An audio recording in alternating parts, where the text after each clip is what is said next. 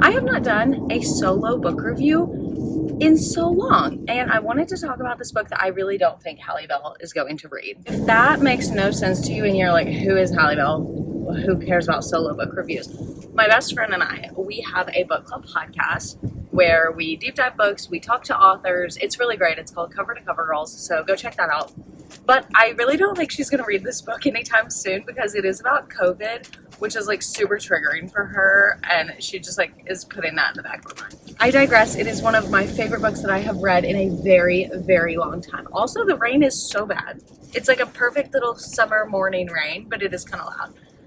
Anywho, the book I'm going to be talking about is my favorite author, one of my new favorite books, and it is Wish You Were Here by Jodi Picoult. Before I get started, I will say every Jodi Picoult book has some really big trigger warnings, so just be mindful. And the two big trigger warnings in this book, I feel like, are death of a parent, I guess. Yeah, death of a parent, child-parent relationship, like not in a positive way, but really self-harm. There is very descriptive talks of self-harm in this book, so just be mindful. If this book isn't for you, then it's not for you. But Jodi Picoult does cover some of the harsher topics, and in a sense brings light and, I always say, heartbreak to them. So in a beautiful way, in an absolutely beautiful way. So those are your trigger warnings for this book. I warn you. If you haven't read anything by Jodi Picoult, just like do yourself a favor and go do that today. She has the most incredible books. 19 Minutes, My Sister's Keeper, Wish You Were Here. I've read Mad Honey. I don't think Mad Honey is one of her best ones, but it is a phenomenal book. She is just like such a great author. I'm actually going to a meet and greet in August, so I'm super excited about that. Hopefully Halle Bell can come down and go with me. But this book, guys, oh my god, it was seriously one of the best books I've ever read. Her main character is a young woman, and she is dating this guy who is a surgeon, or in the medical field, like he's a surgeon, but she is like in the big art world. So in COVID, that kind of fizzled out, of course, because no one was like auctioning off all these expensive art pieces. Anywho, she thinks she's going to get engaged to her boyfriend, and they have a beautiful trip planned to the Galapagos Islands. Of course, COVID hits, it's that week, and he works in the hospital, and he's like, I can't go. Like, I can't not be at the hospital, but you should go without me. And honestly, I can't talk that much about this book because there are so many spoilers. I have forced everyone in my life to read this book, and it's so hard not to give any spoilers. I don't know what my hair is doing today, but anyway, he's like, I can't go on our vacation, but you should go. Where's my makeup? I always do my mascara at red lights. Anywho, he's like, I can't go, but you should go without me. And she's like, are you sure? And he's like, yeah, go without me, enjoy your vacation. Like, I'm not even going to see you anyway because I'm going to be at the hospital dealing with this COVID thing.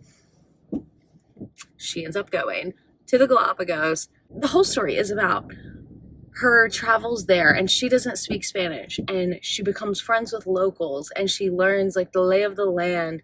And of course, like right when she gets there, there's an issue with her hotel, and there's an opportunity for her to leave, and you have to like see her make this decision of if she wants to leave or if she's going to stay in the midst of this new COVID thing. It is seriously the craziest book, and I honestly don't even know why I'm doing this because I can't give any spoilers. Maybe I will at the end. But this book is so like intense and heartbreaking, and sorry, my windshield wipers are on.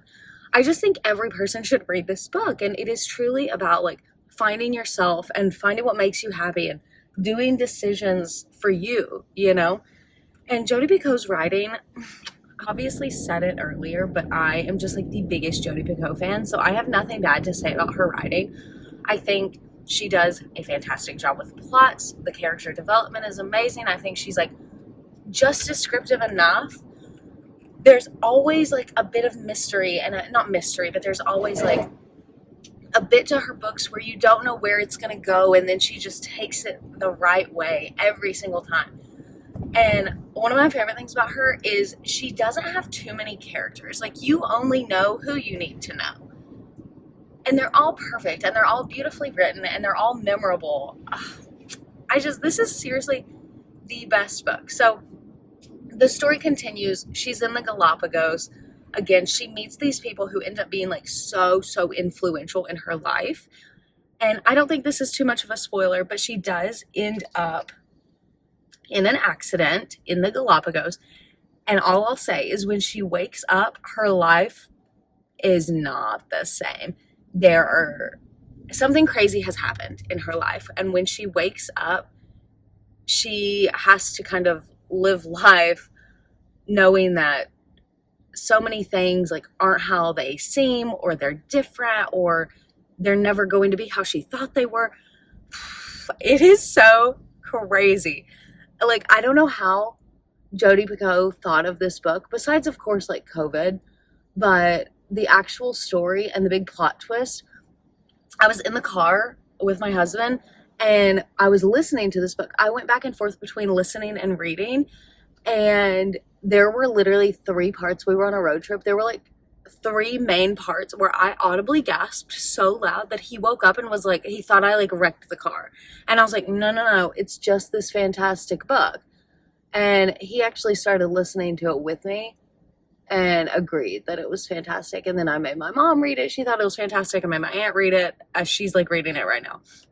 But just amazing. And so many great plot twists. I think there were like 3 plot twists, one of which being like the very last page of the book.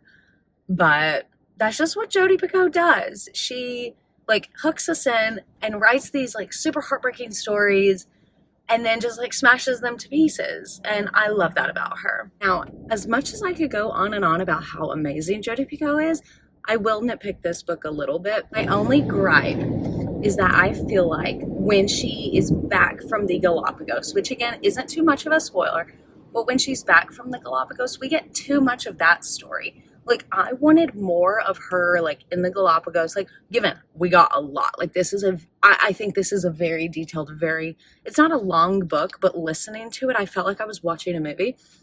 And then when she was back, I think she lived in New York. Honestly, it's been a while since I read this book. But when she comes back home, we just get so much of this story that, like, not that I didn't care about it, but I was just, like, so in the world of her being in the Galapagos that I was so upset when she was like back home. So that's my only, I don't think I ever said I gave this book, if I didn't give it a 5, I gave it a 4.5 out of 5. Absolutely phenomenal. And the 0.5 doc comes from a little too much of the plot after she gets back from the Galapagos. Other than that, writing, perfect. Plot, amazing. Characters, fantastic. The theme, amazing. This is an all-around amazing book. And there has been a lot of backlash on Goodreads where people like hate this book. And I want to talk to you guys that hate it. I just want to know why. Like, I thought it was great. This is the perfect book club book.